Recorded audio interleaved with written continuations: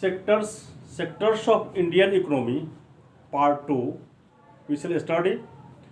Today's topic will be comparing the three sectors.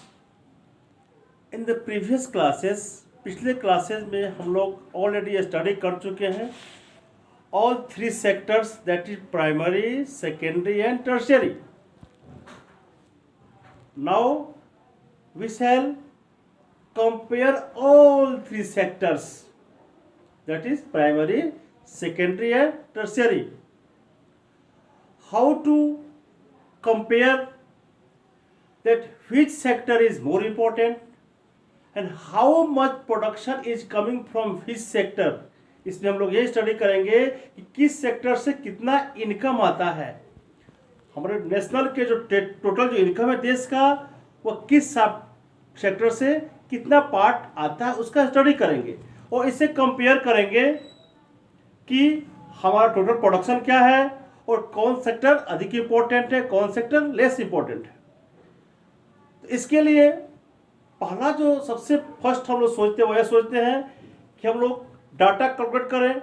जैसे किसी country में कितना कार मैन्युफैक्चर्ड हुआ, कितना फैन मैन्युफैक्चर्ड हुआ, कितना सीमेंट मैन्युफैक्चर्ड हुआ, लेकिन ये बहुत ही डिफिकल्ट टास्क है इसको कैलकुलेट करना और इसको रखना.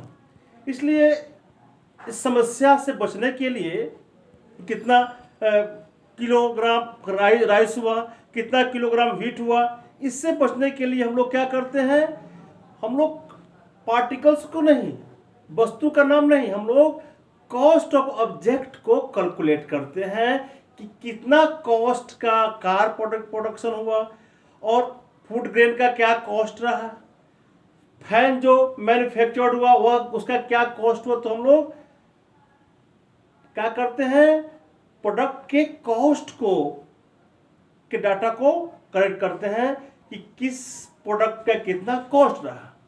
तो फर्स्ट सबसे पहले क्या करते हैं, हम लोग देखते हैं कि सबका कॉस्ट क्या रहा. ठीक, अब देख लिए कि भाई जैसे कार मान लीजिए 200 करोड़ रुपीस का कार प्रोडक्ट हुआ, इसको रख लेंगे. सेकेंड, अब इसमें फिर प्रॉब्लम आता है. फॉर एग्जाम्पल के सपोज जैसे बिस्किट से करते हैं, तो बिस्किट्स के लिए सपोज 10 रुपीज का व्हीट लगा, 10 रुपीज. फिर फ्लोर जो है उसमें लगा, उसको ग्राइंडिंग करते हैं तो 12 रुपीज लग गया. फिर बिस्किट्स बनाते हैं, मान लीजिए कि 50 रुपीज का बिस्किट्स बन गया, 50 रुपीज का मान लीजिए कि बिस्किट्स हुआ. टोटल कितना हो गया, 272 रुपीज. मतलब इसमें हम क्या किए हैं, बिस्किट्स बनाने के लिए क्या लगता है, व्हीट से फ्लोर बनता है, आटा बनता है और उसमें और कई शुगर वगैरह जिसको हम नहीं लिखे हैं. तो और उसके बाद पूरा बिस्किट्स 72 रुपीज में बिकता है. तो यहाँ पे इसमें क्या हुआ कि 72 रुपीज जो हम लिखे हैं बिस्किट्स, इसमें एक मिस्टेक ध्यान देंगे तो पता चलेगा क्या कि व्हीट का दाम दो बार कैलकुलेट हुआ है. व्हीट जो है 10 रुपीज का है और इसमें आटा जो है, इसमें क्या हुआ, आटा 10 रुपीज व्हीट और 2 रुपीज फ्लोर के लिए आटा के लिए लगा, 2 ही रुपीज में ऐड हुआ है. लेकिन इसमें फिर व्हीट का दाम कैलकुलेट हो गया और इसी से फिर बिस्किट्स बना है. बिस्किट्स में भी बिस्किट जो बना 50 रुपीज का, उसमें भी व्हीट और फ्लोर है. इसलिए हम लोग क्या करते हैं कि एक ही चीज का दाम बार बार कैलकुलेट नहीं हो, इसके लिए हम लोग क्या करते हैं, फाइनल प्रोडक्ट का ही दाम कैलकुलेट करते हैं. तीनों का दाम कैलकुलेट नहीं करते हैं. फाइनल प्रोडक्ट मतलब केवल बिस्किट्स का ही दाम कैलकुलेट करेंगे, दैट इज 50 रुपीज. इसमें हम लोग केवल 50 रुपीज का ही 50 रुपीज ही कैलकुलेट करेंगे, 72 का कैलकुलेट नहीं करें, क्योंकि इसमें अगर इसमें क्या होगा, व्हीट का दाम बार बार कैलकुलेट हो गया है. व्हीट को कहते हैं इंटरमीडिएट प्रोडक्ट करते हैं. मतलब इंटरमीडिएट प्रोडक्ट वह प्रोडक्ट है, कोई भी हम चीज़ बना, जैसे बिस्किट्स बनाते हैं, बिस्किट्स में व्हीट लगा, फ्लोर लगा, तो ये सब इंटरमीडिएट प्रोडक्ट बोलेगा, और व्हीट क्या बोलेगा, फाइनल प्रोडक्ट। तो आप केवल इतना ही जानिए कि हम लोग क्या करते हैं, केवल फाइनल प्रोडक्ट के कॉस्ट को ही हम लोग कैलकुलेट करते हैं। फाइनल प्रोडक्ट बनाने में जो जो सामान लगता है उसका दाम हम नहीं जोड़ते हैं, क्योंकि फाइनल प्रोडक्ट में ही, जैसे बिस्किट है, इसमें ऑलरेडी व्हीट और फ्लोर का दाम इंक्लूडेड है। एक बार और बोल दें, जब हम लोग कैलकुलेट करते हैं तो क्या करते हैं, फाइनल प्रोडक्ट का दाम ही हम लोग जोड़ते हैं, उसमें बाकी जो इंटरमीडिएट जो प्रोडक्ट है उसका दाम कॉस्ट कैलकुलेट नहीं करते हैं, राइट। अब इसमें एक और चीज है कि फाइनल प्रोडक्ट कहेंगे किसको, final products are those things which are used by the consumer.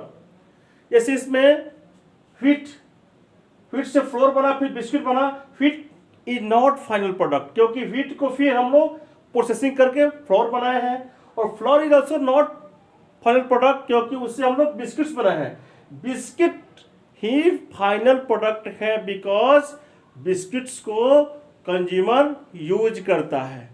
जिसको अगर व्हीट को ही यूज करे, कोई व्हीट से ही को यूज कर ले, तो व्हीट हो गया फाइनल प्रोडक्ट, और फ्लोर बनाकर उसको रोटी बना लिया, खा लिया, तो फ्लोर हो गया फाइनल प्रोडक्ट। तो फाइनल प्रोडक्ट का दाम जोड़ते हैं, और final products are those things which are used by the consumer, that is called final product. यह हो गया। अब तीनों सेक्टर का जो फाइनल प्रोडक्ट है उसको हम लोग जोड़ते हैं। एक और टर्म है, आप लिखे हैं जीडीपी क्या है, इसमें पहले लिख दिए फाइनल प्रोडक्ट, फाइनल गुड्स का दाम जोड़ते हैं, और आगे आप जीडीपी क्या है, तो ऑल थ्री सेक्टर का जो प्रोडक्शन है किसी भी कंट्री में, primary sector, secondary sector, tertiary sector है, तीनों सेक्टर के प्रोडक्ट को के सम को निकालते हैं। मतलब जीडीपी को कैसे डिफाइन करेंगे, GDP is the sum of the product of all three sectors in a given year of a country is called GDP। GDP का फुल फॉर्म होता है ग्रॉस डोमेस्टिक प्रोडक्ट, मतलब किसी कंट्री का टोटल प्रोडक्शन को GDP के नाम से जानते हैं। और जीडीपी को डिफाइन कैसे करेंगे, GDP is the sum of all three sector, GDP is the sum of the product of all three sector, primary, secondary and tertiary in a given year in a given country। यानी किसी खास देश में और किसी खास year में तीनों सेक्टर के प्रोडक्ट के सम को जीडीपी कहते हैं। अब जीडीपी को कैलकुलेट कौन करता है, अनाउंस कौन करता है, यह काम किसका है, हमारे यहाँ का जो मिनिस्ट्री है, जो फाइनेंस मिनिस्ट्री है, उसका ड्यूटी रहता है जीडीपी कैलकुलेट करना कि किस देश का जीडीपी कितना है। And it is done with this task is done, this is a mammoth task, this is a great task, this task is done with the help of the other different department of the central government. They calculate the data and after the calculation they announce the GDP of a country. GDP is very important thing, with help of GDP we know the progress, rate of development of A country. Next we shall discuss the changing pattern of sectors, means starting में beginning में हमारा जरूरत limited था, और उसमें हम लोग primary जो है सेक्टर ही इंपॉर्टेंट सेक्टर था। प्राइमरी सेक्टर क्या है, शुरू में लोग क्या करते थे, फार्मिंग करते थे, डेयरी फार्मिंग करते थे, और बाद में सेकेंडरी और टर्शियरी सेक्टर आया। जैसे बाद में लोग अदर वर्क करने लगे, कोई टोकरी बनाने लगा, कोई मैट बनाने लगा, कोई स्पेट बनाने लगा, कोई प्लाव बनाने लगा, धीरे धीरे सेकेंडरी सेक्टर आया, इंडस्ट्रीज आया, और तब tertiary sector also came. Tertiary sector क्या है बता चुके हैं, transportation, communication, these all are tertiary sector. तो स्टार्टिंग में प्राइमरी सेक्टर मेन था, हमारा अधिक जो इनकम आता था came from primary sector, but later tertiary sector develop, जैसे उसमें ट्रांसपोर्टेशन डेवलप हुआ, स्कूलिंग डेवलप हुआ, हॉस्पिटल्स बनाए गए, तो लास्ट में बाद में बिजनेस वगैरह सब इंफॉर्मेशन टेक्नोलॉजी डेवलप हुआ, और लास्ट में हमारा जो अधिक इनकम कहाँ से आने लगा, most of our GDP came from tertiary sector, तो बाद में टर्सरी सेक्टर अधिक इंपॉर्टेंट हो गया। Thank you very much.